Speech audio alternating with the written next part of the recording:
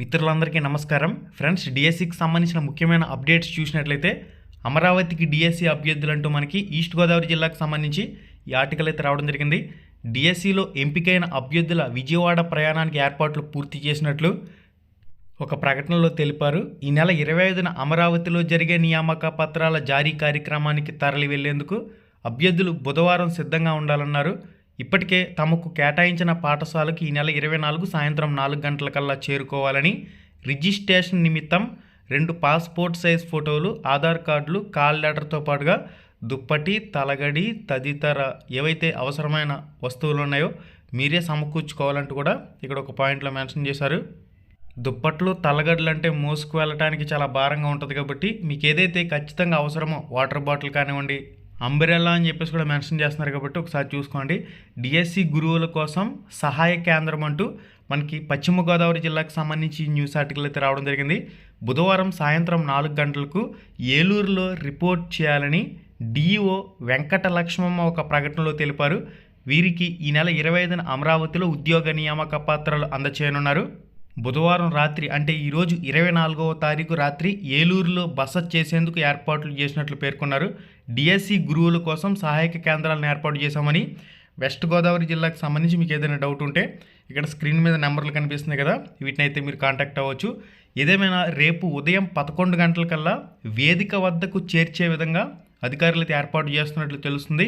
DSC సభను పరిశీలిస్తున్న జిల్లా కలెక్టర్ అంటూ ఇక్కడ మనకి ఇన్ఫర్మేషన్లో మీరు ఇక్కడ చెక్ చేయొచ్చు. డిఎస్సి సభకు ఏర్పాట్లు, వెలగపూడిలో 25న నియామక పత్రాల పంపిణీ, ఏర్పాట్లలో లోపం ఉండకూడదంటున్న కలెక్టర్ అంటూ కూడా మనకి ఇక్కడ ఇన్ఫర్మేషన్లో పబ్లిష్ చేశారు. ఈ నెల 25న నియామక పత్రాల పంపిణీ సభకు అధికారులు ఏర్పాట్లు చేస్తున్నారు. N9 రోడ్ పక్కన కార్యక్రమం నిర్వహించేందుకు ముఖ్యమంత్రి చంద్రబాబు నాయుడు డిఎస్సి నియామక పత్రాలు అందచేయనున్నారు. 3 భారీ జర్మన్ వాటర్ ప్రూఫ్ టెంట్లను ఏర్పాటు చేశామని విద్యాశాఖ ఉన్నతాధికారులు మొత్తంగా 13 జిల్లాలకు సంబంధించి మీరు ఎక్కడ రిపోర్ట్ చేయాలి ఏందనేది ఆల్రెడీ మీకు క్లారిటీగా తెలియచేస్తున్నారు కాబట్టి వాళ్ళు తెలియచేసిన దాని ప్రకారం సంబంధిత సెంటర్స్ వద్ద మీరైతే రిపోర్ట్ చేయండి. రిపోర్ట్ చేసిన తర్వాత 25వ తారీఖు ఉదయం 11 గంటల లోపు అక్కడికి చేర్చే విధంగా ఏర్పాట్లు అయితే జరుగుతున్నట్లు మనకు తెలుస్తుంది. ఇక మనకి తూర్పుగోదావరి జిల్లా, పశ్చిమ గోదావరి జిల్లా, కృష్ణా జిల్లాకు సంబంధించి ఒక స్పెషల్ ఆర్టికల్ టైప్లో మనకి రావడం జరిగింది. మీరు ఇక్కడ క్లారిటీగా చెక్ చేయొచ్చు. అభ్యర్థన అని చెప్పేసి మనకి క్లారిటీగా ఇచ్చారు. నూతన ఉపాధ్యాయులు మరియు వారితో వచ్చిన వారు తగు సమన్వయంతో వ్యవహరించి క్రమశిక్షణతో సమయపాలన చేసి ఈ కార్యక్రమాన్ని దిగ్విజయం గావిస్తారని మనవి అంటూ దీనిలో మెయిన్గా హైలైట్ అయితే చేస్తూ ఉన్నారు.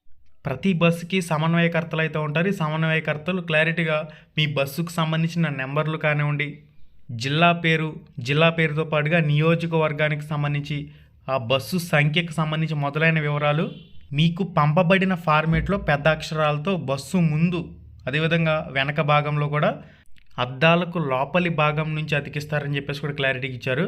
ఇక్కడ 25/9/2025 ఉదయం 11 గంటల్లోగా మీటింగ్కు చేరుకునే విధంగా ప్రయాణం ప్లాన్ చేసుకోవాలను అని చెప్పేసి కూడా ఒక పాయింట్లో మెన్షన్ చేశారు. మీరు ఇక్కడ చెక్ చేయొచ్చు. అభ్యర్థులు మరియు వారితో వచ్చిన వారు కూడా తమతో పాటు వేరువేరుగా గొడుగులు విధిగా తీసుకొస్తే మంచిదన్న టైప్లో ఒక పాయింట్ క్లారిటీకి ఇచ్చారు. మీరు చెక్ చేయొచ్చు. కార్యక్రమ స్థలానికి బయలుదేరడం, దీనికి సంబంధించిన పాయింట్స్ ఏంటనేది ఇక్కడ మీరు చెక్ చేయండి. భద్రతా దృష్ట్యా సమన్వయకర్తలు ప్రతి ఒక్కరిని అందరినీ 11:15 AM అంటే 11:15 కల్లా కార్యక్రమ స్థలమునకు చేరుకునే విధంగా ప్లాన్ చేసుకోవాలని అంటూ కూడా ఒక పాయింట్లో మెన్షన్ చేశారు. నిర్దేశించిన రూట్ మ్యాప్ ప్రకారం వేదిక వద్దకు చేరుకోవడం, అక్కడ పార్కింగ్కి సంబంధించి సమన్వయకర్తలు జాగ్రత్తలు తీసుకోవాలనే విధంగా ఒక పాయింట్ ఇచ్చారు.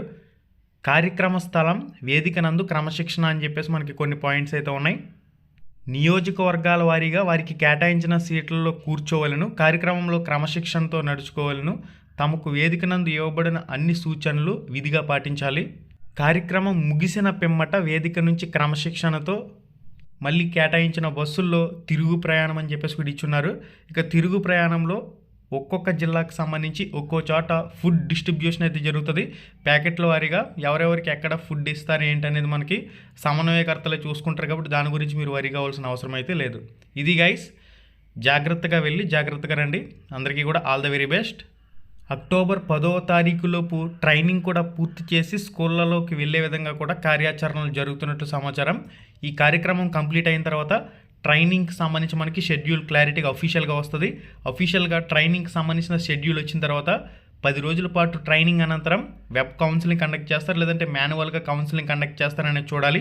కౌన్సిలింగ్ జరిగిన అనంతరం ఏ స్కూల్ అలాట్ అయింది ఏంటి తదితర వివరాలు మనకు బయటకు వచ్చే అవకాశం అయితే ఉంది.